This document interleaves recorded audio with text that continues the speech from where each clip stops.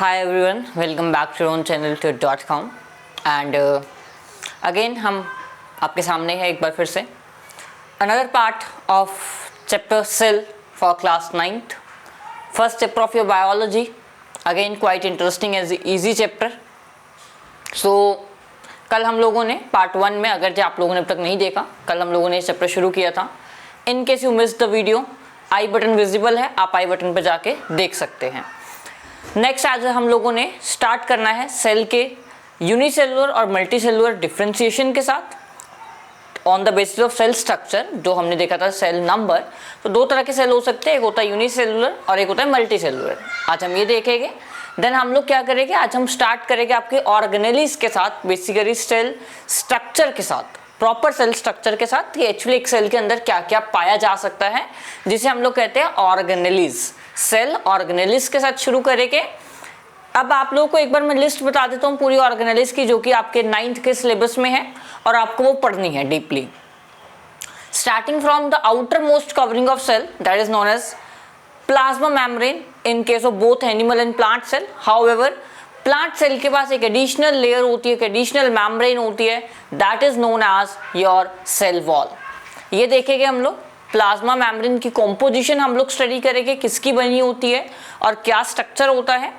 Then हम लोग study करेंगे about the nucleus, the center of cell, food vacuole हमने पढ़ना है, पूरा एंडोमेम्ब्रेन सिस्टम पढ़ना है बेसिकली, जिसमें हम ईआर कॉम्प्लेक्स, एंडोप्लाज्मिक रेक्टिकुलम पढ़ेंगे।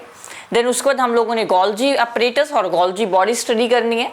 देन लाइसोसोम्स पढ़ेंगे हम, एंड देन हम लोग फूड वैक्यूल स्टडी करेंगे लास्ट में उसके। देन राइबोसोम्स पढ़ने हमें, mitochondria and different types of plastid जैसे क्लोरोप्लास्ट, क्रोमोप्लास्ट एंड ल्यूकोप्लास्ट। ये थ्रू आउट द चैप्टर की जर्नी है जो कि हम लोगों ने कवर करना है। आज हम शुरू करेंगे यूनिसेलुलर और मल्टीसेलुलर के साथ, और हम ट्राई करेंगे आज की प्लाज्मा मेम्ब्रेन ओवर हो जाए, बिकॉज प्लाज्मा मेम्ब्रेन में कुछ एडिशनल टॉपिक्स है आपके पास, जैसे प्लाज्मोलिसिस हो गया। देन उसमें आपके पास डिफरेंट तरह के सॉल्यूशंस है, हाइपोटोनिक, हाइपरटोनिक, आइसोटोनिक, ये सब कुछ भी स्टडी करना है हमें। तो आज हम ट्राई करेंगे कि ये पूरा टॉपिक खल्लास हो जाए, ठीक है। सो स्टार्ट करते हैं। सबसे पहले जैसे कि आपको कहा गया, हम लोग डिफरेंशिएशन के साथ शुरू कर रहे हैं। डिफरेंशिएशन और differentiate between your unicellular and multicellular. Marker निकाल लेते हैं। चलो हम बोर्ड को दो पार्ट में डिवाइड कर लेते हैं। दिस इज योर यूनिसेलुलर और यहाँ पे हम पढ़ लेते हैं मल्टीसेलुलर के बारे में। देखो आप लोग ट्राई किया कीजिए, क्योंकि अब आप 9th क्लास में हो, जो भी आप डिफरेंस करने की ट्राई कर रहे हो, जो भी आप डिफरेंशिएशन लिखने की ट्राई कर रहे हो, एटलीस्ट 5 पॉइंट लिखा करो उसके। The reason being most probably, है ना, हद से हद तक आंसर कितने नंबर का आ सकता है, 5 नंबर का। तो ट्राई करा करो कि हर एक पार्ट के एटलीस्ट 5 पॉइंट आप लिखिए, ताकि अगर से 5 नंबर का क्वेश्चन आ गया आपके पास, इन केस, वैसे तो नहीं आता कभी भी, पार्ट्स में क्वेश्चन आता है, in case least to least probability हम लेके चलते हैं, तो वहाँ पे आप लोगों के पास 5 पॉइंट होने चाहिए, ठीक है। सो वो नाम ही सबसे पहले तो बता रहे हैं, यूनिसेलुलर एंड मल्टीसेलुलर। यूनि का मतलब होता है एक, मल्टी का मतलब होता है मोर देन वन, है ना। सो यूनिसेलुलर की बात करें, consist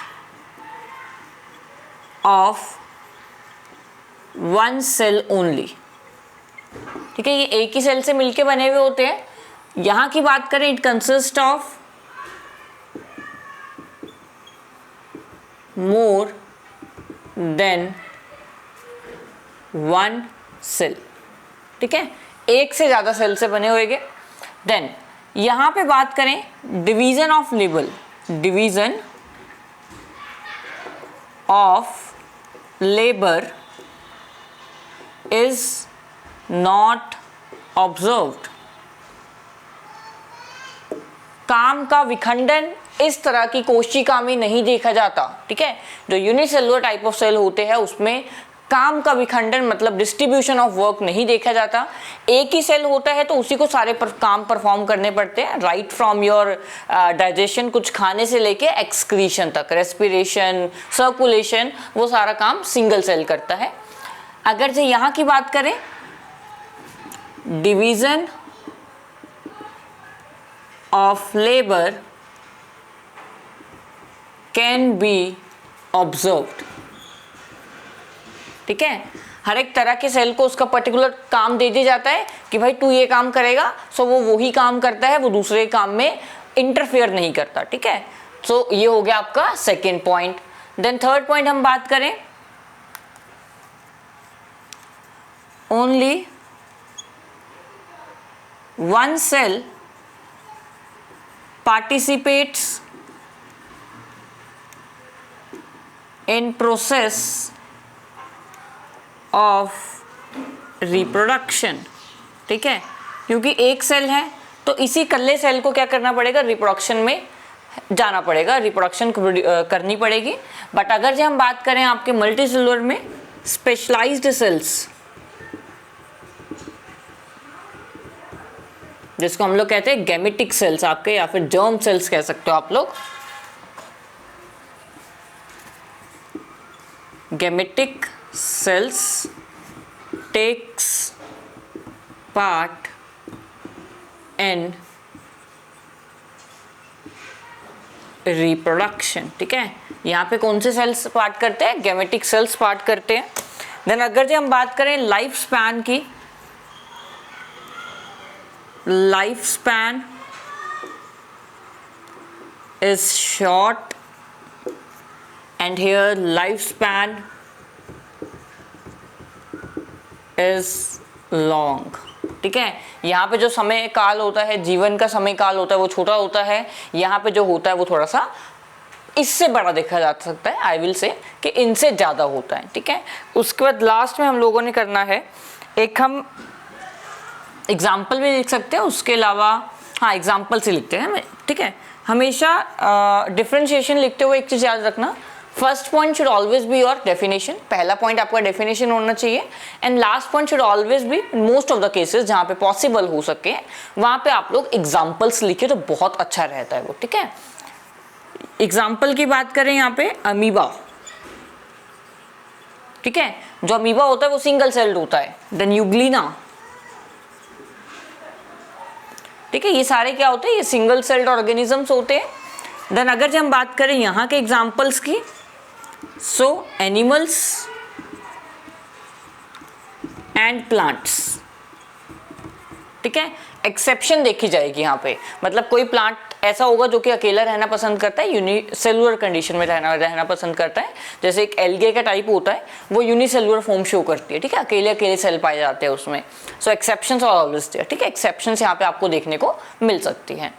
so this is all about difference between unicellular and multicellular organisms. ठीक है, चलिए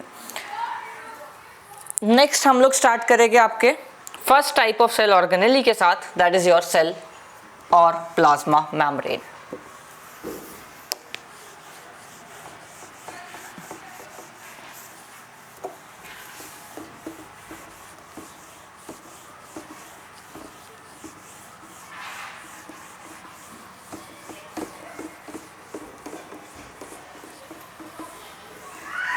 चलिए, so next starting with your plasma membrane, first organelle, that is your plasma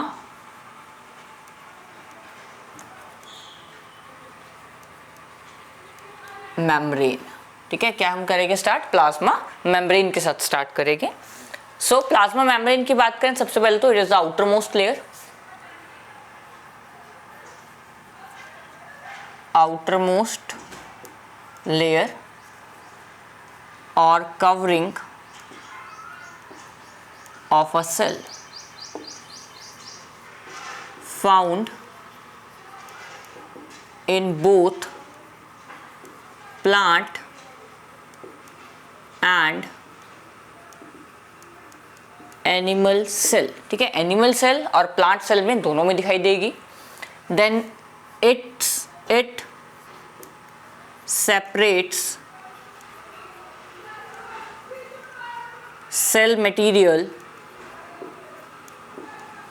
from surroundings। ठीक है, ये सेल के जो मटेरियल होता है, जो भी सेल के अंदर की चीज़ होती है, उसको सेपरेट करती है बाहर की कंडीशंस से। देन उसके बाद इट इज इंपॉर्टेंट पॉइंट है, दैट इज वाई मैंने कलर चेंज कर दिया यहाँ पे मार्कर का. It is semi permeable, that is it will only allow certain substances to move in or out of cell. ठीक है, सारे substances को ये अलाउ नहीं करेगी सेल के अंदर बाहर जाने के लिए, सिर्फ कुछ ही substances को ये अलाउ करती है, तभी यहाँ पे वर्ड आया सेमी परमिएबल. ठीक है, उसके बाद हम कर रहे हैं स्ट्रक्चर.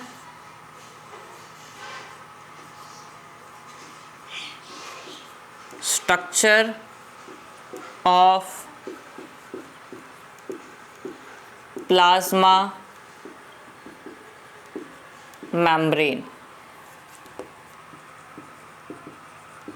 ये जो प्लाज्मा मेम्ब्रेन है इसका जो स्ट्रक्चर है, हो सकता है आपके एनसीईआरटी में ना गिवन हो, बट समवेयर कंपटीशन की अगर जो आप तैयारी करोगे क्लास 9th में, ओलंपियाड्स वगैरह देखोगे आप अगर जो दोगे इन अपकमिंग डेज, तो आपको वो सेल स्ट्रक्चर यहाँ पे देखने को मिलेगा. दैट इज़ वाई मैं आपको यहाँ पे करा रहा हूँ. ठीक है, दो स्टूडेंट जो कि सिर्फ कंसंट्रेट करना चाहते हैं बोर्ड एग्जामिनेशंस के ऊपर, सॉरी योर स्कूल एग्जामिनेशंस के ऊपर, सो वो इसे इग्नोर कर सकते हैं. ठीक है, हाउएवर अगर जो आप पढ़ लोगे दैट इज़ वेरी इंपॉर्टेंट, अच्छा होगा आपके लिए. ठीक है, सो बेसिकली सेल मेम्ब्रेन या plasma membrane, it consist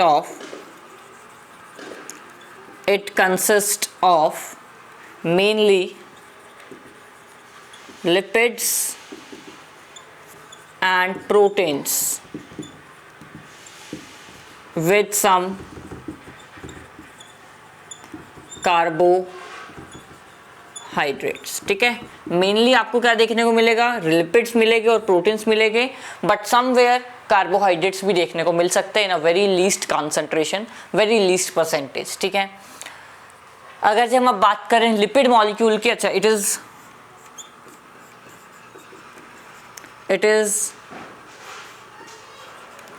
okay, ये पॉइंट आप छोड़ सकते हो, बेसिकली ये आपके लेवल के पॉइंट नहीं आएगा. द स्ट्रक्चर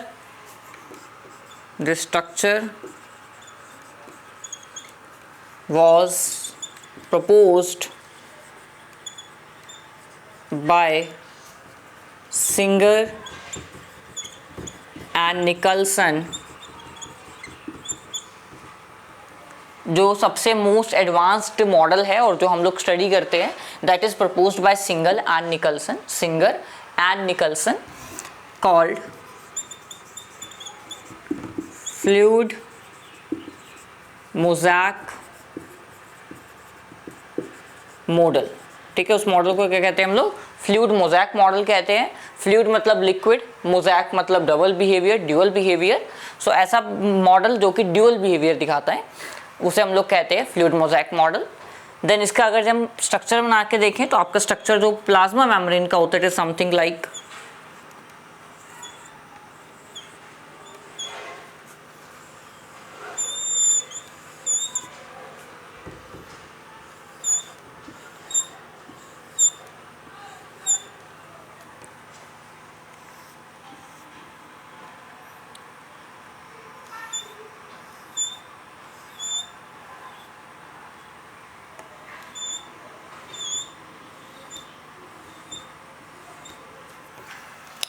आपको ये बाहर दो लेयर्स दिख रही है which is actually made up of fatty acids. ठीक है, जो कि हाइड्रोफिलिक है.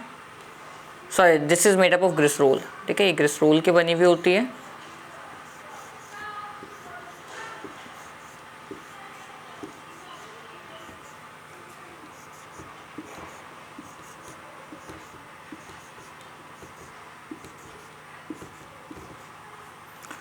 देन इसके बीच में आपको कुछ प्रोटीन्स देखने को मिलेंगे.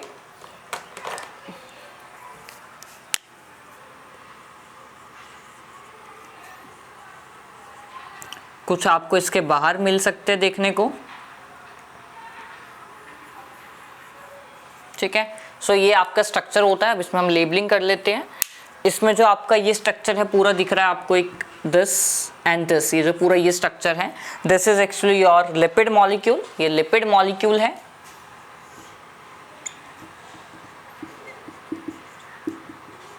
ठीक है, लिपिड दो चीज़ों से मिलके बना होता है. One is your fatty acids, another one is your glycerol. जो आपका हेड होता है, हेड इज बेसिकली हेड, जो हेड होता है एंड ये टेल होती है। हेड इज बेसिकली हाइड्रोफिलिक, मतलब वाटर लविंग होती है, और ये हाइड्रोफोबिक होती है, पानी से इसे डर लगता है। सो दैट इज वाई जो आपकी हाइड्रोफोबिक पार्ट है उसे अंदर की साइड रखा गया है, और जो आपका हाइड्रोफिलिक पार्ट है उसे बाहर की साइड रखा गया है बेसिकली। ये लिपिड का मॉलिक्यूल हो गया। Then this is your tunnel protein,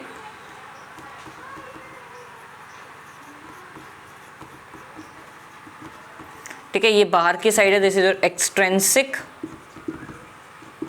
extrinsic protein है ये, और ये क्योंकि ये भी बाहर की side, this is again extrinsic, इसे लेबल नहीं करूंगा मैं। दिस इज योर इंट्रेंसिक, ठीक है, this is your intrinsic protein. So this is a structure of plasma membrane given by the famous scientist Singer and Nicolson in the model known as fluid mosaic model, ठीक है।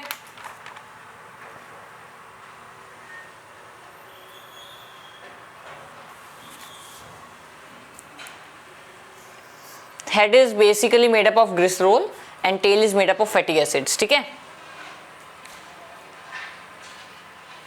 चलो, so next now moving on to the next part, that is your plasmolysis। Plasmolysis शुरू कर रहे हैं, उससे पहले हमें ऑस्मोसिस पढ़ना पड़ेगा।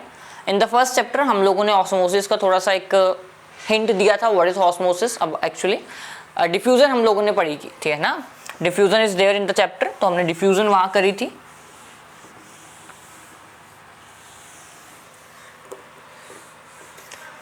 अब हम कर रहे हैं आपका next topic, that is your osmosis, and then we will do is plasmolysis, ठीक है। हम प्लाज्मोलिसिस के साथ करेंगे एंड आज के सेशन को। चलिए, so the topic is osmosis.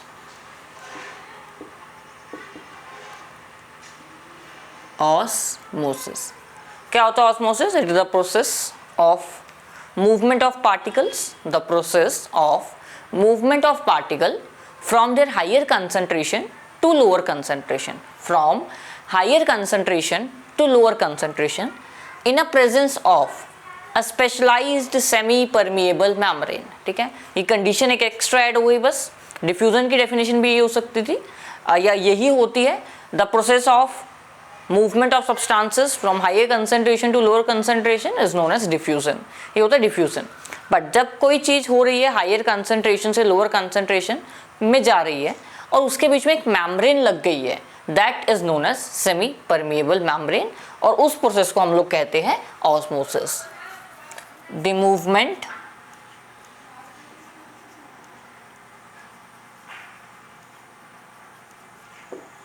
Of substances from their higher just hold for a while, marker change कर लूँ एक बार, from higher concentration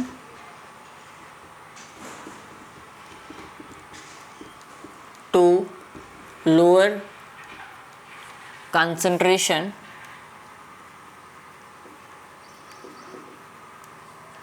in presence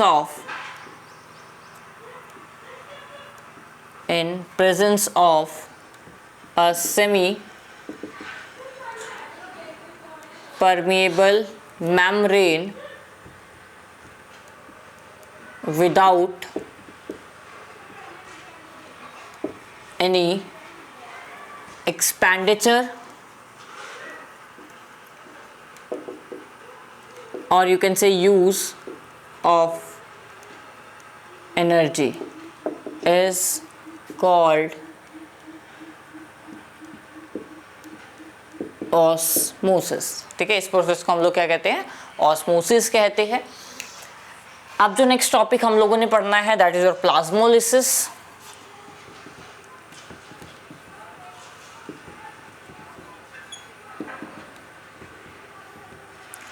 plasmolysis is a type basically osmosis के ऊपर ही बेस्ड होता है प्लाज्मोलिसिस, जिसके अंदर हम लोग देखते हैं कि अगर जो हम सेल को डिफरेंट कंडीशंस में रखेंगे तो क्या हो सकता है, ठीक है। हमारे पास 3 कंडीशंस होती है। सबसे पहले जो कंडीशन हम लोग स्टडी करेंगे, तीनों को कंपेरेटिवली स्टडी करेंगे हम लोग। The very first situation is your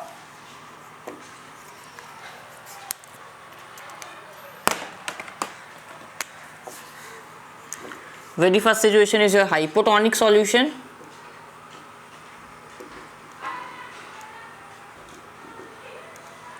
second हम लोग करेंगे आइसोटॉनिक सॉल्यूशन एंड थर्ड हम लोग करेंगे आपका hypertonic.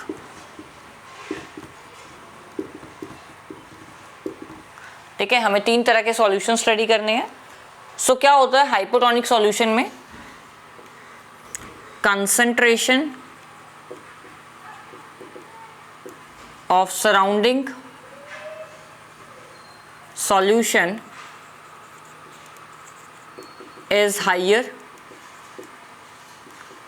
than that of cell material। ठीक है, बाहर के जो सॉल्यूशन है, जिस भी सॉल्यूशन में आपने सेल को डिप किया है, उस सॉल्यूशन की कंसंट्रेशन सेल के अंदर जो मटेरियल है उससे ज़्यादा है। ठीक है, केस 1 है। यहाँ पे क्या होता है, सेम कंसंट्रेशन कि जिस भी सॉल्यूशन में आपने सेल को रखा है उसकी कंसंट्रेशन और सेल के सॉल्यूशन की कंसंट्रेशन, जो भी सेल के अंदर सेल सैप है उसकी कंसंट्रेशन दोनों की सेम है। यहाँ पे हम लिखते हैं concentration of solution is higher, this is hyper ना, इज लोअर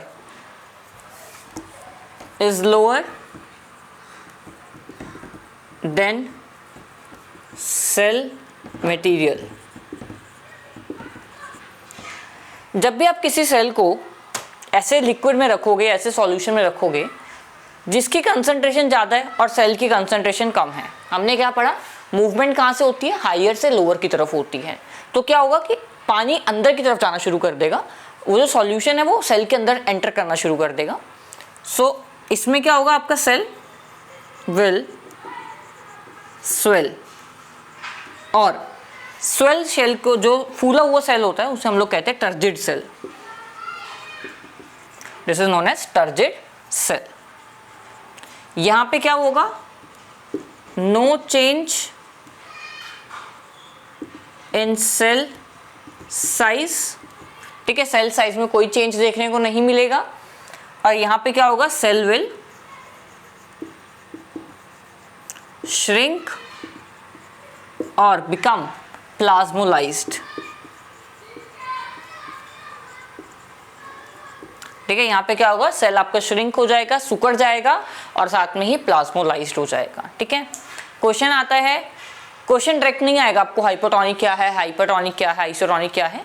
क्वेश्चन आता है कि आपने रेजिन्स को, मतलब किशमिश को पानी में रखा और वो फूल गई, क्यों? तो आपको बताना पड़ता है, हाइपोटोनिक सॉल्यूशन एक्सप्लेन करनी पड़ता है। सेकेंड, इस पे जो क्वेश्चन बनता है कि आप अगर जब पानी में अपनी फिंगर्स को बहुत देर तक रखते हो तो आपकी फिंगर क्या होती है, श्रिंक हो जाती है ना। तो वो क्यों होती है, because of the solution hypertonic. Also जो आपका डिटर्जेंट सॉल्यूशन होता है वो हाइपरटोनिक होता है। ठीक है, उसकी जो कंसंट्रेशन होती है वो लो होती है एज कम्पेयर टू हमारे फिंगर्स के अंदर जो सेल्स है उनकी, तो उसकी वजह से आपकी श्रिंकेज देखने को मिलती है। या फिर क्वेश्चन आता है आरबीसी श्रिंक हो जाते हैं, क्यों हो जाते हैं, again because of the same thing, hypertonic solution होता है। या फिर क्वेश्चन आ सकता है किसी सेल को आपने पानी में रखा और वो एज इट इज़ है ना, उसमें कोई फर्क नहीं दिखा, तो वो आइसोटोनिक सॉल्यूशन है। ऑल्सो एनिमल सेल और प्लांट सेल में एक मेजर डिफरेंस है जो कि आपको पता है कि एनिमल सेल के पास सेल वॉल नहीं होती, प्लांट सेल के पास सेल वॉल अवेलेबल होती है।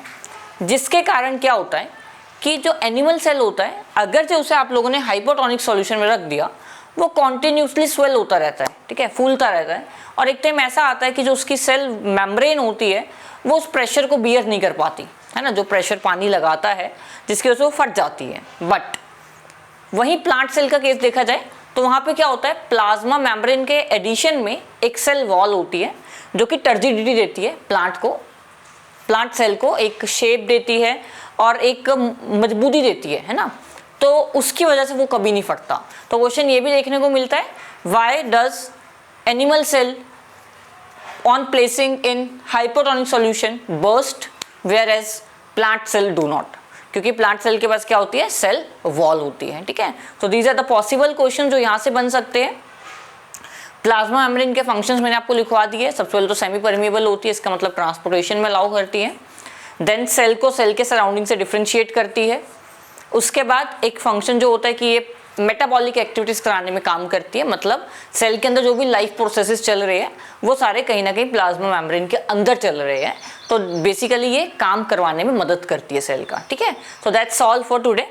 आज हम इतना ही करेंगे। Next we will start with cell wall, then we will move on to your nucleus. सबसे पहले हम न्यूक्लियस पढ़ेंगे and then your endomembrane system. So I hope आपको सेशन अच्छा लगा होगा, क्लियर होगा सब कुछ। इन केस आपको अगर जो कोई भी डाउट है तो आप कमेंट सेक्शन में बताइए, I will get back to you there, ठीक है। उसके बाद इस वीडियो को लाइक कर दीजिए एंड शेयर कीजिए, प्लस हमारे चैनल को सब्सक्राइब कीजिए। Thank you.